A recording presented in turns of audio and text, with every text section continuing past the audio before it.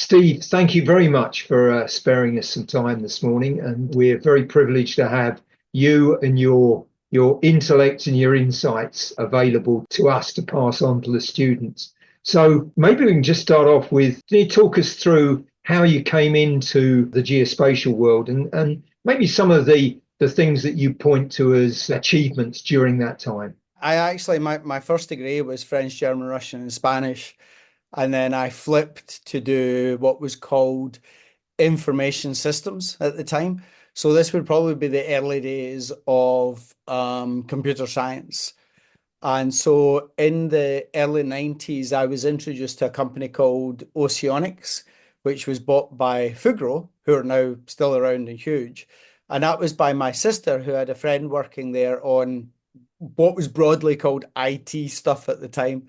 So I worked there with experts who were building differential GPS early correction receivers, and that was for offshore satellite positioning and marine survey services. Then someone at a recruitment consultant saw the word GPS and the word computing and the word French on my CV, and they invited me to apply for a position at Navtech, which is now here, HERE. And then that sort of took me into the world of global mapping databases and geospatial data mapping. And that was in the late 90s. So a few years later, I joined Laser Scan, which is now One Spatial. And I helped change the company name because we didn't do lasers and we didn't do scanning. Um, and they were a Navtech customer. And so I was part of a management buyout team there in 2003. And I helped to grow the relationship with Oracle, where we even got nominated as an ISV of the Year, independent software vendor, which was probably one of the successes because we were up against huge companies, with thousands of employees. And then I helped a number of junior staff to progress their careers. Now, I feel that's quite an achievement because some of them are not really getting an opportunity to step out of the role they were in. And then the other success I had there was we won a six-figure contract with TomTom to help develop and support their rules-based engine. And that came at a time, for anybody who's ever run a business, that came at a time when cash flow was really bad. So that helped with the cash flow. And now One Spatial is doing really, really well. And, they're a much bigger company. So go forward to sort of around about 2010. I joined the OGC and I helped create and drive the data quality working group, which still exists, and the business value committee. And that was for senior leaders to engage in the value and usefulness of open geospatial standards. And that's something I think is broadly missing across the whole of our sector, but we can come back to that. From there, I joined Ordnance Survey to set up their international business. I clinched a £10 million plus contract in the Middle East, and I built a lot of relationships there and in Africa. And that really helped me when I started to get involved in UNGGIM around about 2012, the United Nations Committee on Experts on Global Geospatial Information Management.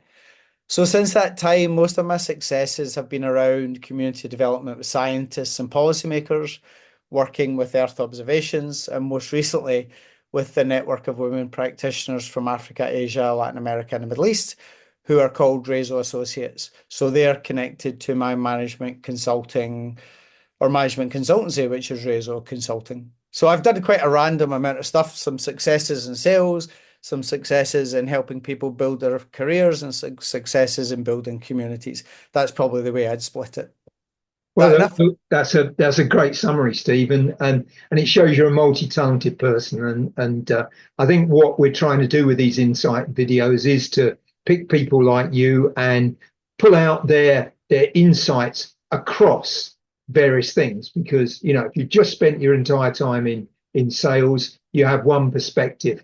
And often salespeople work on their own, so they don't do the kind of mentoring and business building that you have been involved in. You and I have spent a long time talking about over the years, and I think it's worth passing on to the students is the way in which Earth observation as an industry and geospatial actually interact. Now, at a technical level, you can say that there's software now that will integrate together imagery with detailed geospatial information.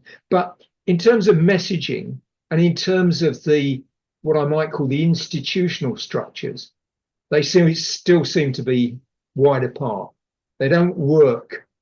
They don't play well together.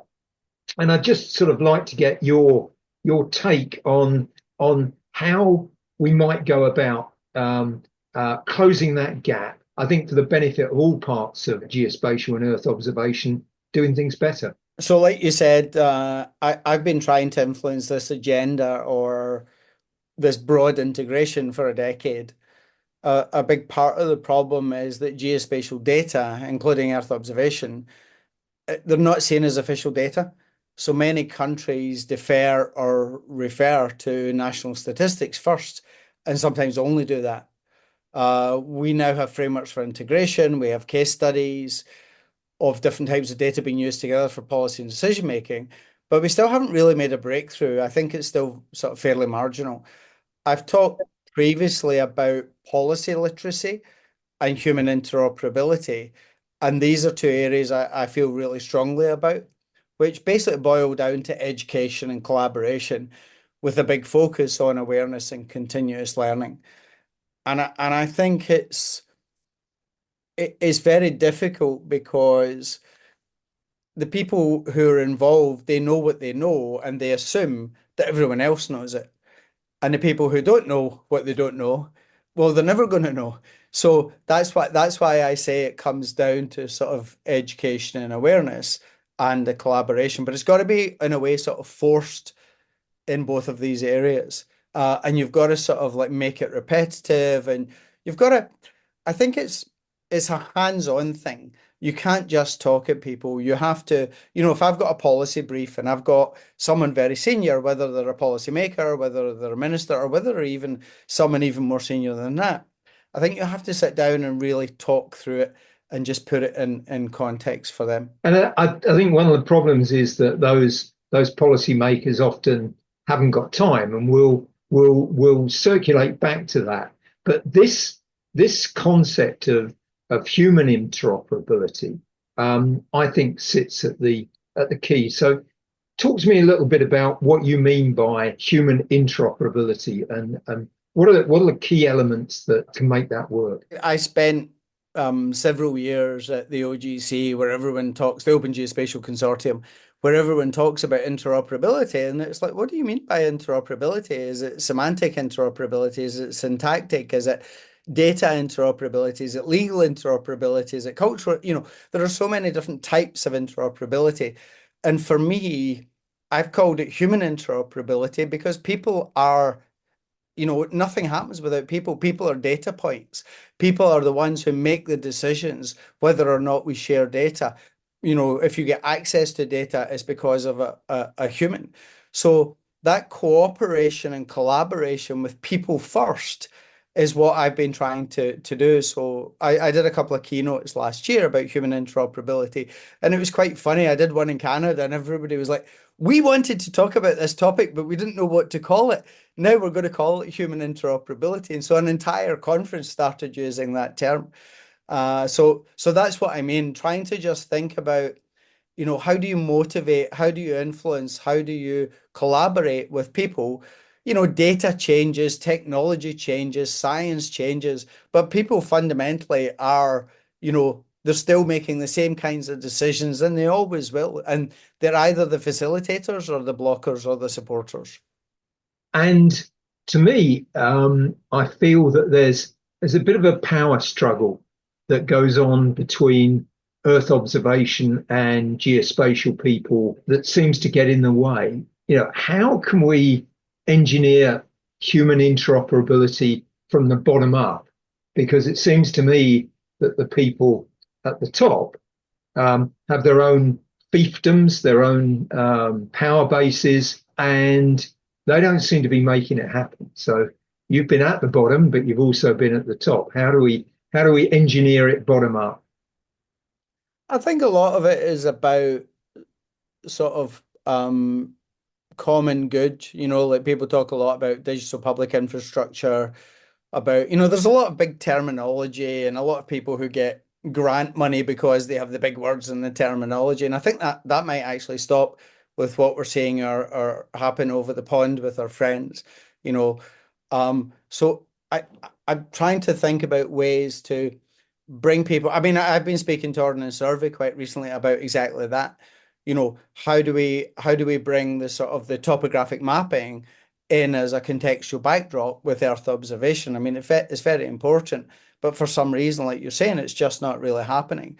And so I think as we start to look at more and more things around biodiversity monitoring, climate change, mining, all of these different areas where it's going to impact big business like insurance and other areas, then we've been doing sort of environmental impact assessments and those things for a very long time. But I guess we're at the point now where we have so much data, civilian and private sector data from Earth observations that we can combine and we can start to do a lot of things that maybe you and I were thinking about 20 years ago. So it's finding that if we can find that common agenda, but bring people together in a room. Once I brought together the chief scientists of like about 10 big agencies, like really big agencies, and I brought together 10 chief economists, and we all sat in this room, and I was one of the moderators. And so they talked about, they had one set of language for the chief economists and one set of language for the chief scientists, but effectively we were talking about the same thing. So getting people in the room and doing more of that and sort of saying, look, could we collaborate and actually driving it, not just talking about it and having one set of people go, 700 people go and sit and talk about mapping and statistics, and another set of 700 people go and talk about Earth observations and what that means. Try and bring them together, whether it's at the bottom up, at the grassroots level where people are actually doing the work, if we're being fair, or go to the top level and bring the policymakers and decision makers together to talk about that. But I think getting people in the room, which you're pretty good at, Andy, I think trying to do more of that is really, really important. See the So whites of their eyes. yeah, that's one thing, isn't it? Human beings are social animals, so we need to meet. And I think what you're saying is building on what I said. It's not just bottom up; it's top down. We need to do it both ways. But actually, the other thing that you've said that is critical is that we need to gear this around global problems, climate change, green energy, actually global security. These Andy, kind I, of I, I go to like maybe 25, 30 countries a year, and I see the same thing in every country, just with a slight different element on the priority. So for some people, green energy is more important. For other people, it might be disaster risk reduction, but it's essentially the same five things that people are trying to address. So it's crazy that there's not more commonality around like how we do bring the different groups together to work on those things. Yeah. One of the things that strikes me, and of course, if you boil away those good things we've been talking about, money is pretty important. And again, we've spent quite a bit of time talking about this over the years. But when I look at the funding at the moment of initiatives like Copernicus, as part of the Green Deal in Europe, there's big amounts of money behind Copernicus, certainly compared with money that's behind geospatial, which tends to be very fragmented. It tends to be at the national level rather than at the pan-national level. And so what we need to do is to try and leverage that money. And I think it's going to be easier to leverage that money if we have some common messages. So it's what is your plan for actually getting to the money that I believe actually does exist, but we just don't seem to be able to get our hands on it. I mean, there's a staggering amount of money in Horizon Europe. Um, there's been a lot of money for the Earth observation community through NASA ROSES, research opportunities in science. Um, there's other money. I think there's been a lot of money in science and research, and I think trying to move it more to the practical application beyond the science, or applied science. I think that's been something that we haven't really seen a huge shift towards. And part of the issue is that, projects or programs are 3 or 5 years and then that's it. So I'd love to see sort of much longer sustainable funding. But I think there's a few reasons why Earth observation probably gets a lot more funding than national mapping. I mean, space is something the public can associate with because we've put people on the moon and we have an international space station. And even if Earth observations are looking down from space, people still get excited with the word space. The second is that it's easier to recognize the infrastructure investments required for satellites or even for the in situ equipment. Data infrastructure is harder for people to envisage or to understand. I mean, it's been almost 20 years since the Landsat Open Data Agreement was signed, and it always feels that national mapping and statistical agencies are 10 years behind with cloud or crowd or open data. We wouldn't know about climate change without satellites. And I think one of the things is that maps have borders, Earth observations don't.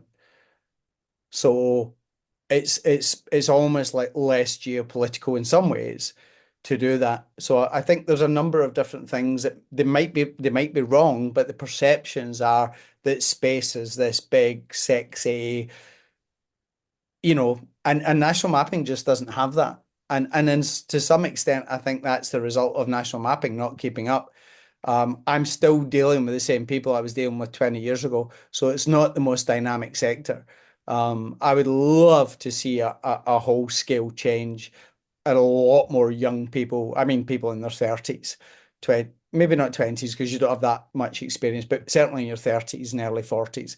I'd love to see a whole scale change of sort of leadership and some people to step back and maybe take more, maybe like a more consultative or advisory role.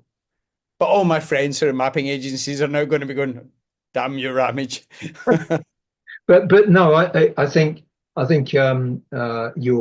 you're right. But what you need to do is to empower that new management cadre with the skills that they need to be able to interact with policymakers and with decision makers in the private sector. And they don't seem to have that at the moment. And so part of what I'd like your advice on here is when we're in the certificate actually talking about geospatial leadership, what are some of the key hooks that we should be giving them? We're not going to be able to give them experience through, we can help them with our experience. And a lot of that is the elephant traps, the things that have gone wrong, rather than maybe the things that have gone right. But where should we be pointing them at that would be critical to their career moving forward? I think you said it earlier on. I mean, most people in this area, I mean, it's a highly technical arena. So you have your technical knowledge. That could be, I mean, for me, it was spatial databases at One Spatial, with Ordnance Survey and those guys. With others in Earth observations, it's like, physics, maths, biogeochemistry. So everyone has some kind of like technical basis. And that's really, really important because you have to understand what the problems are as well as the opportunities. So don't underestimate that. That's the first thing is like try to think about how you can apply your technical skills and knowledge as you said, as you climb up the greasy pole of management. Think about, for me, I think it's always about thinking about the people below you and the people above you, and always just being in the middle and always interacting and just being the same at each level. Don't be rude or ignore the people below you because one day they'll be above you. And don't be too, be listen to your boss, have respect, but at the same time challenge them. Don't believe that everything they say is correct. So I think there's an element of being curious, There's an element of always trying to deliver on what you're working on. So for me, project and program delivery is the main focus. If you do that through your career, people will recognize that. You'll get kudos. You'll get a sense of satisfaction. And don't jump from one thing to the next. I think that's hard. What I see a lot, I mean, I mentor a lot of people. I mean, I've probably done over 250 mentoring sessions. And I get people who have done 1 to 2 years and then they're like, I feel I should move on. It's like, but what have you successfully done in this role? You know? And don't go into it just for you to learn. You have to give something back to the people who are paying your salary as well. So I do believe that you do need to do a bit more than just 1 to 2 years because you'll learn more as well and give back. But that project and program delivery, that's the key for me. Right. That's great advice, Steve. Thanks for that. So one of the fun conversations that you and I had a while ago, but still sticks in my mind, is when you were at Geo, talking to the Emperor of Japan about Earth observation, and that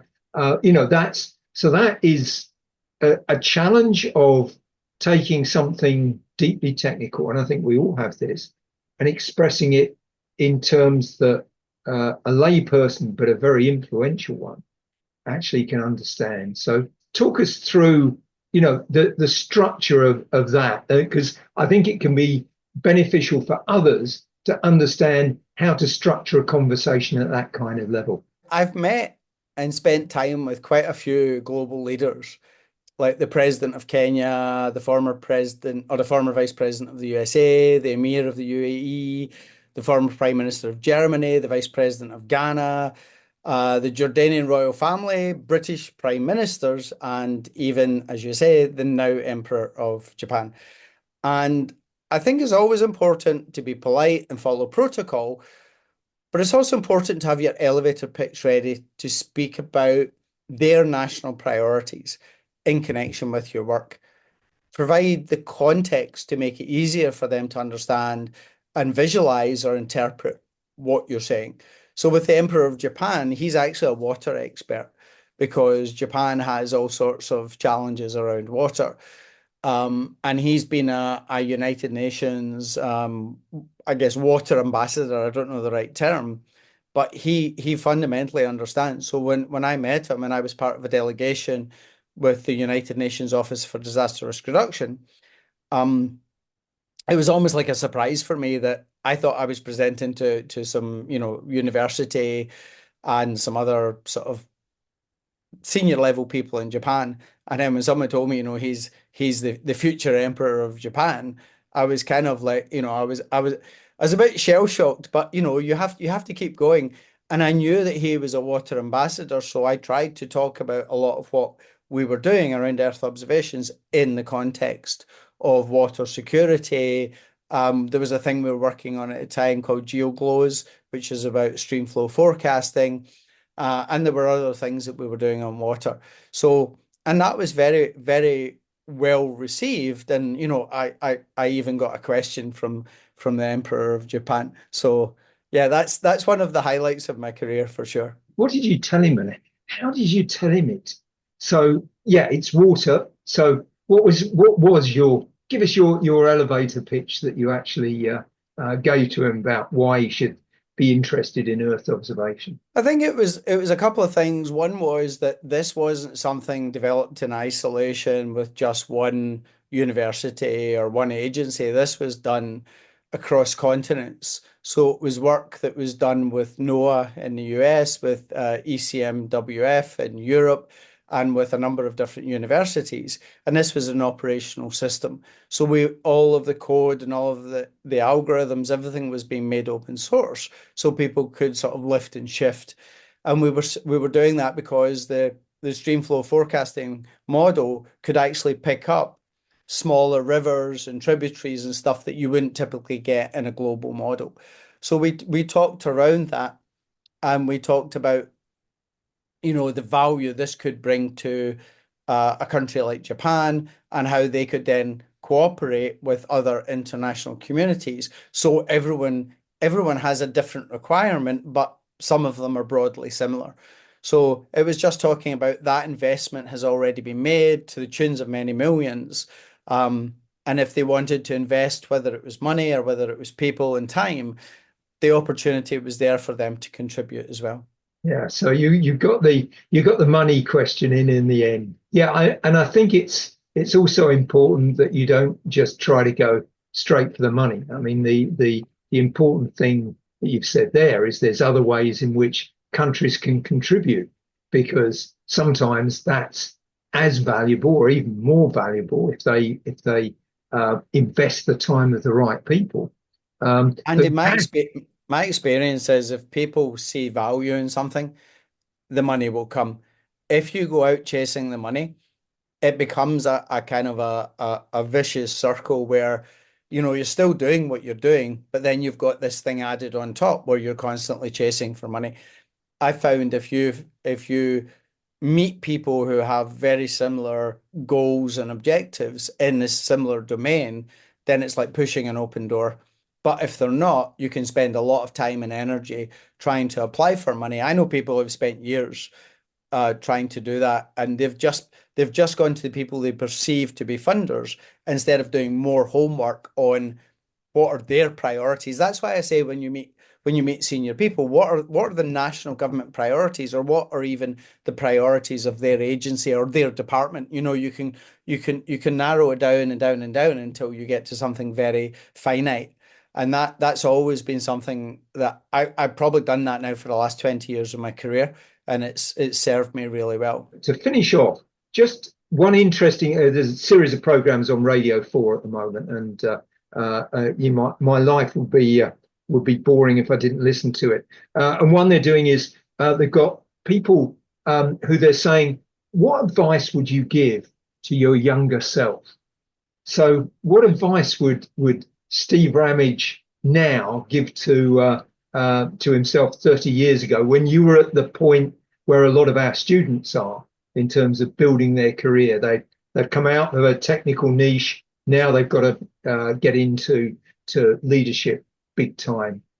Be patient. Be patient. I work for, as I said at the beginning, I work for Navtech. Um, they kept saying to me, "We're going to get bought. We're going to get bought." I mean, this is very much in the commercial sector, and I got fed up waiting, and I left, and I kind of like lost the right to my stock option or my share options, and then they did get bought, and I would have probably got about $5 million out of the deal. So that was that was one thing, because I was really impatient. I wanted to have like a bigger title on my role. I wanted to have more responsibility. But had I waited, then my life would have been fundamentally different. But Um, would it have made you happy, Steve? You know that. exactly, exactly. So that's kind of the first thing. I think the second thing is opportunities come along when you have a mortgage, you might have a young family, or you're in a relationship and you're supporting other people. And it's very tough. I mean, I do this a lot when we mentor, when I'm mentoring people, we chat through, well, what are the options, and will this opportunity come again?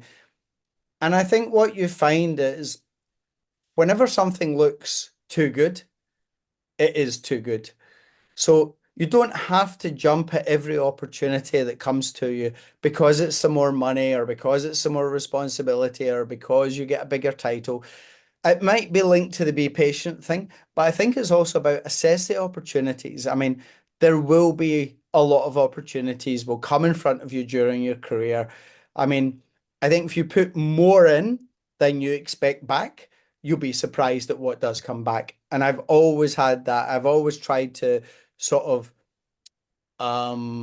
what's the word? Just sort of over deliver. And if you can over deliver and do everything to your best of your ability, it's amazing what comes back to you. People appreciate you, you get promotions, you get other people offering you jobs. But you need to put in as much in as you expect back out. People who coast are never going to succeed. That's brilliant, Steve. Thanks